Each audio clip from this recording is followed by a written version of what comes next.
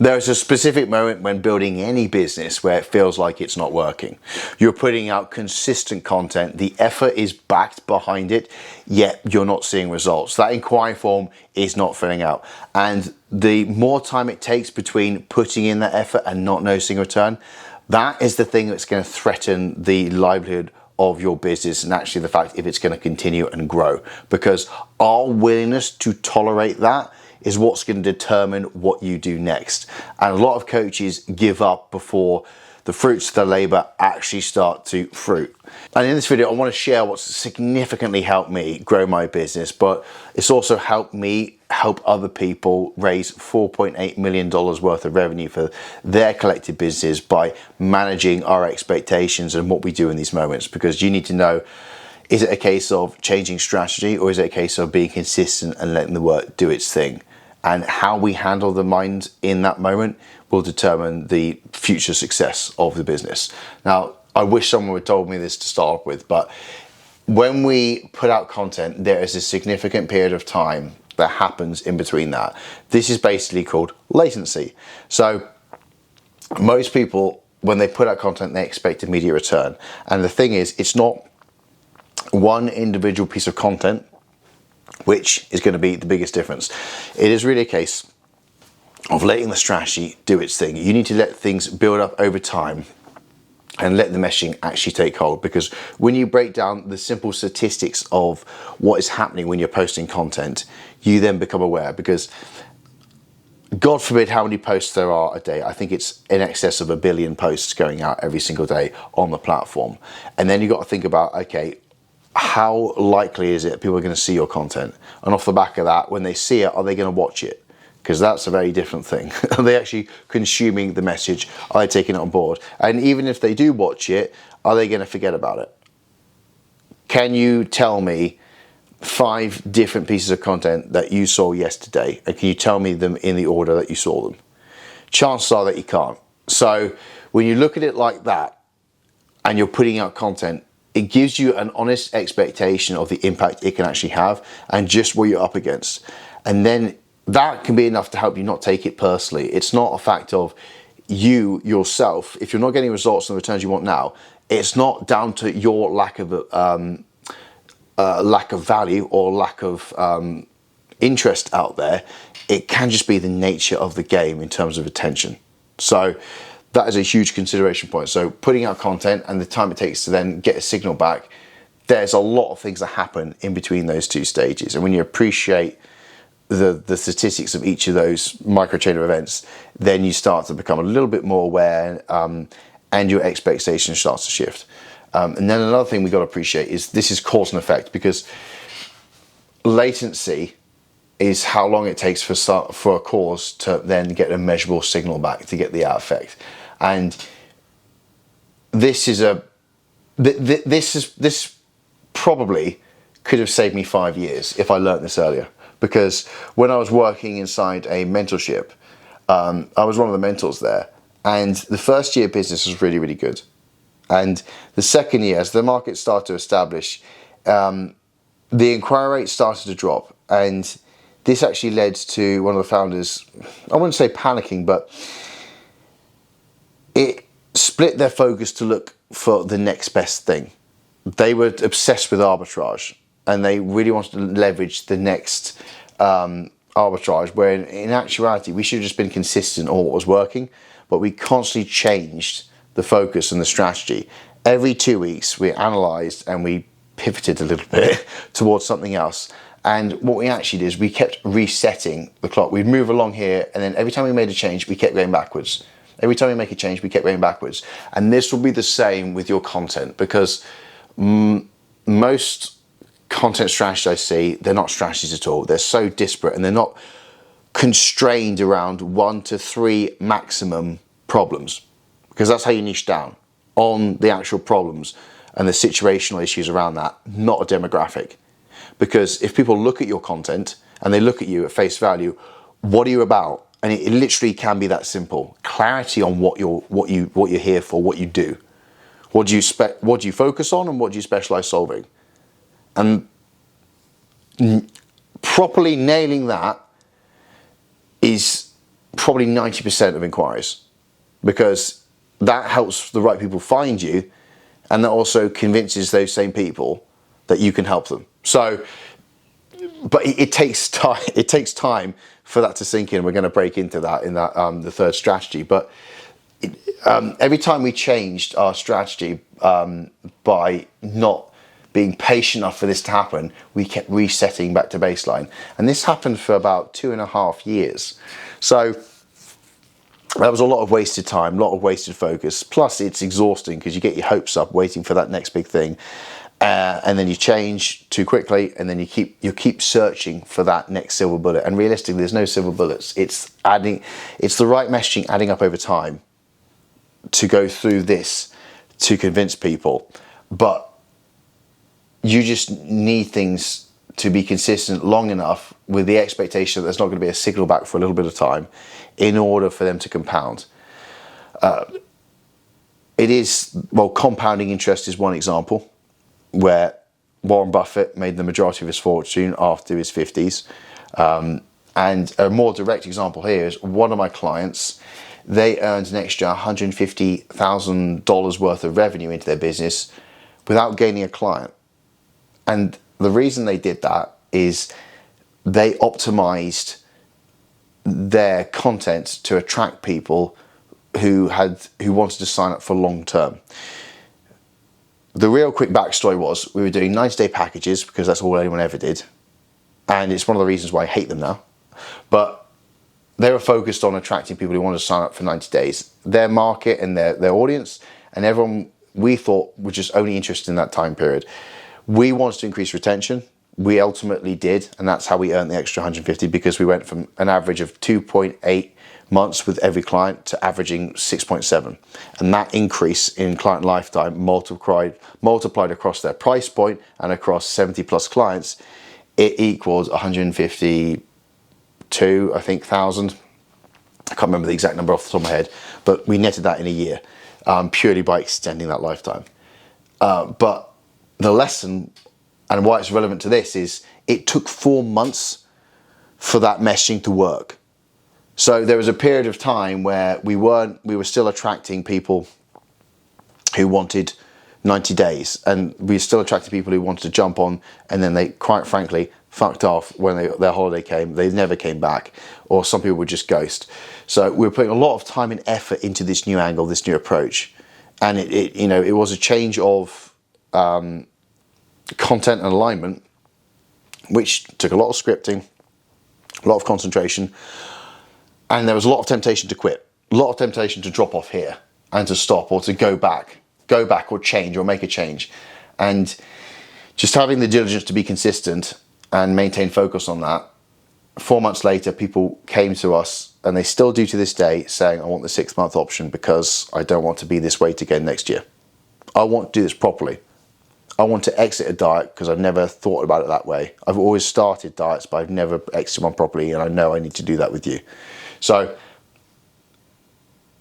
being consistent is vital, because most things take way longer than you think. And if you just become aware of that and let it lie, you'll get there quicker, because you don't fall into the pattern I did where you kept changing, and you 2 weeks, nothing's changed, right, next thing. 2 weeks, nothing's come through, next thing.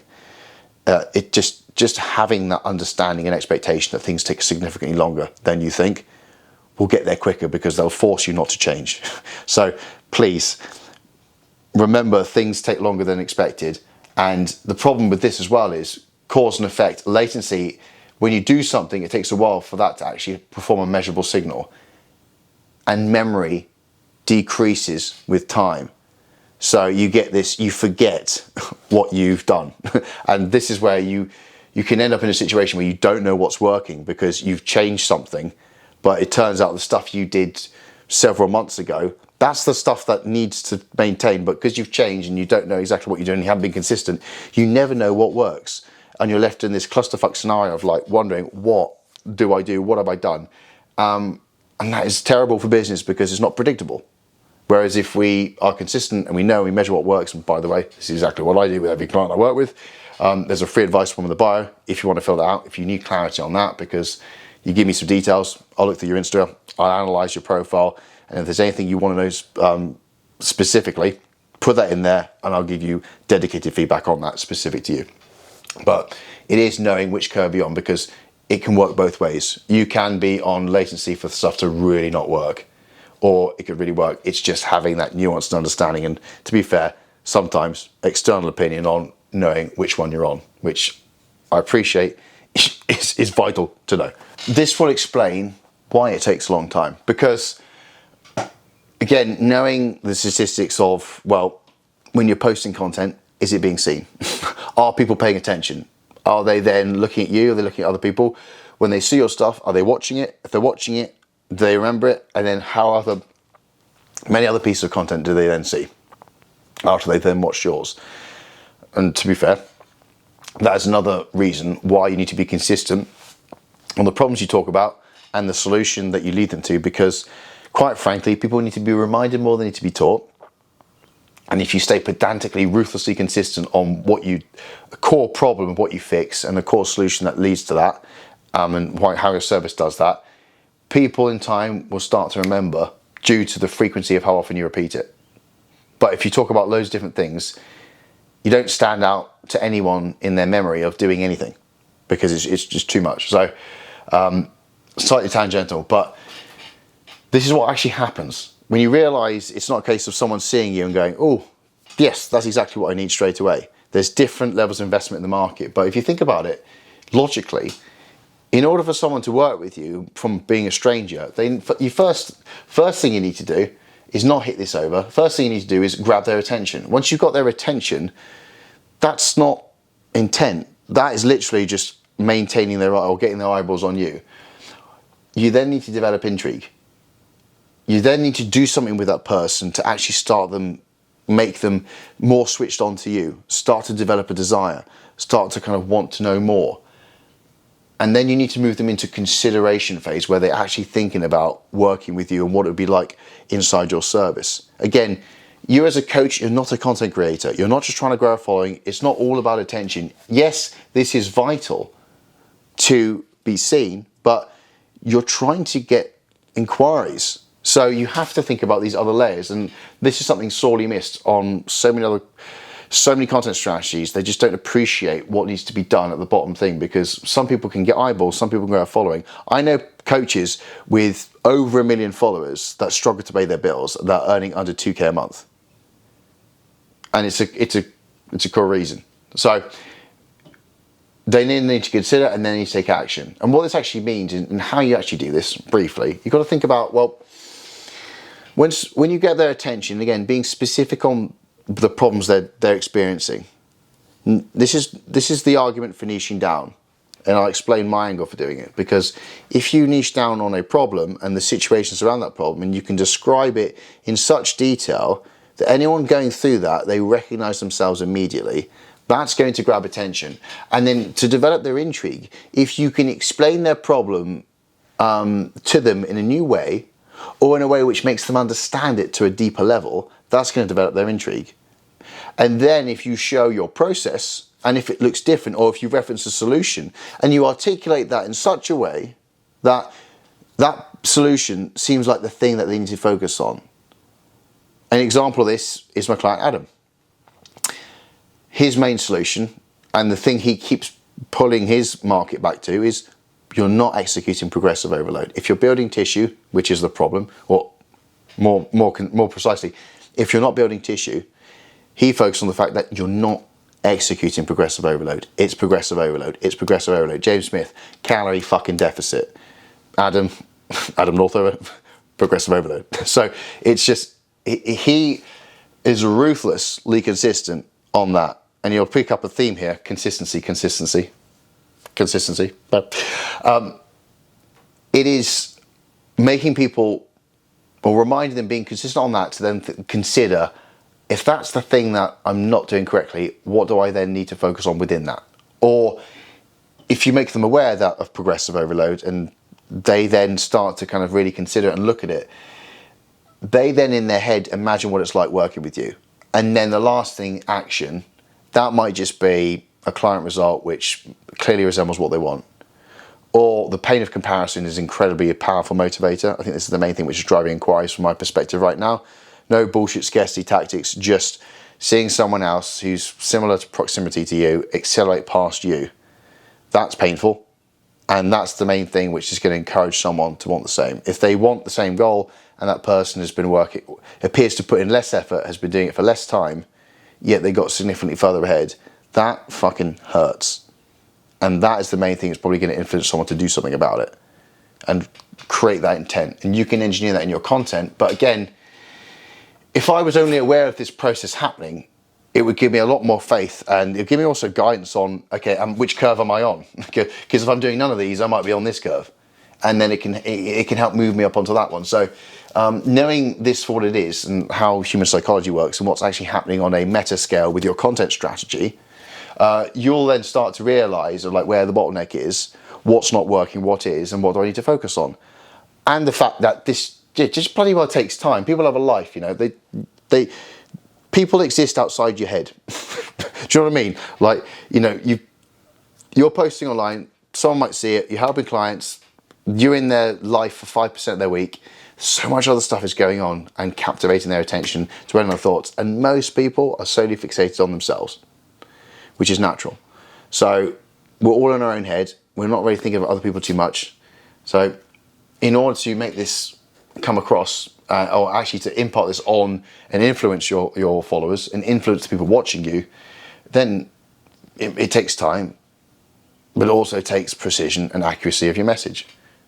This is why I solely reinforce I'm so adamant, and I hyper specialize in improving the messaging in your content strategy, because I know for a fact that is the bottleneck for every coach. It's not the format, it's not any trends, or it's no silver bullet lead generation strategy that you're missing out on. You just need clarity on who you help, and you just need to demonstrate unparalleled understanding of that person in your content to do this. That's the thing that makes the wheels spin. That's the thing that drives inquiries. That's the thing you're probably missing out on if you haven't got consistent inquiries. It's how well you execute it. It's not just what it is, it's how well you do it. Hence why I give out the free advice, because I know it's probably the most significant thing to move people, or move the needle for people. And plus, it's the best way I can to demonstrate my understanding by helping you up front. And then the last thing, which obviously kind of helps improve, this is a lot more active because there'll be situations where your mind can, coming from an overthinker, your mind will get in the way. And there might be periods of doubt. That's why I call it outlasting doubt.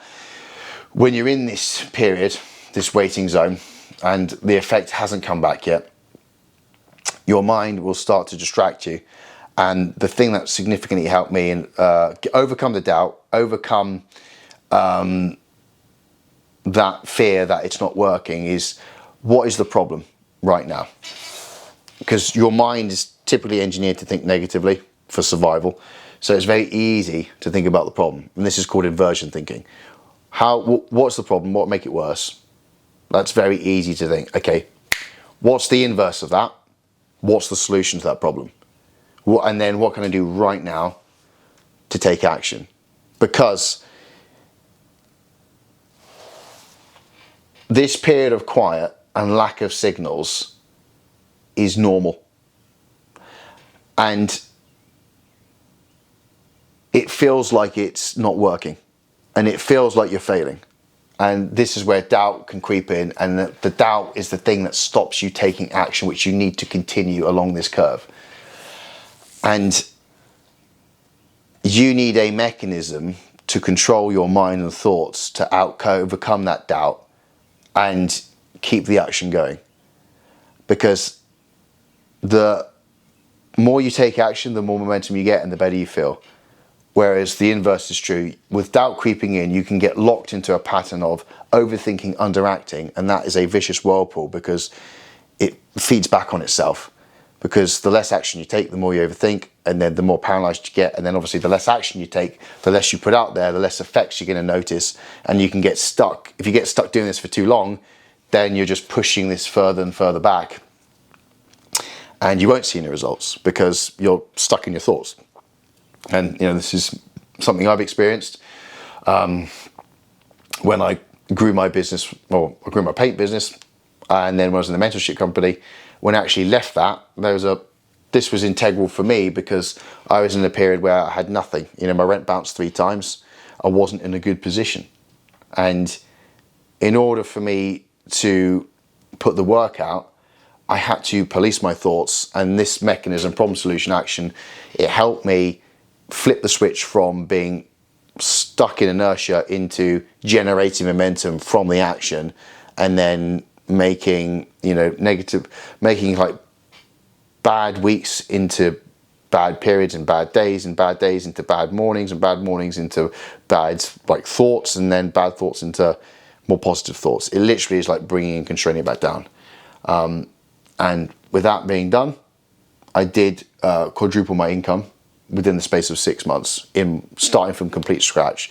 And a lot of that was determined by the output I put out and the actions I took. But I wouldn't have never done that if I didn't have this mechanism in place. So that wraps up the 4 things I wish I knew when I was going through those earlier stages. And I wanted to put this out there because everyone shares success on socials, but no one shares failures, and no one really openly talks about latency. They don't talk about the fact it takes time, and people benefit and they profit from the fact of putting you in this no man's land, or wondering, is it working, is it not working? That's the easiest way to make a sale, because when you're lost in that phase, you seek help. And the urgency to seek help is higher, and people can capitalize on that. So I want to put this out there to kind of help inform you and work out, or just give the right expectation. So if you are onto the right thing, then you just need to be consistent. And I'm not here to sell, I'm here to help. So if you don't know where you're at, and instead of going and spending and spunking 10K on a mentorship course, just find out for free. Fill out the form. I will tell you, and I'll be honest and upfront as I can, explain the situation that you're in and what I would do in your circumstance. At least that way you'll know where you are, and you'll know if you need to stick or twist. And if you need to stick, you have a bit more clarity on what to stick to and where your content fits into this.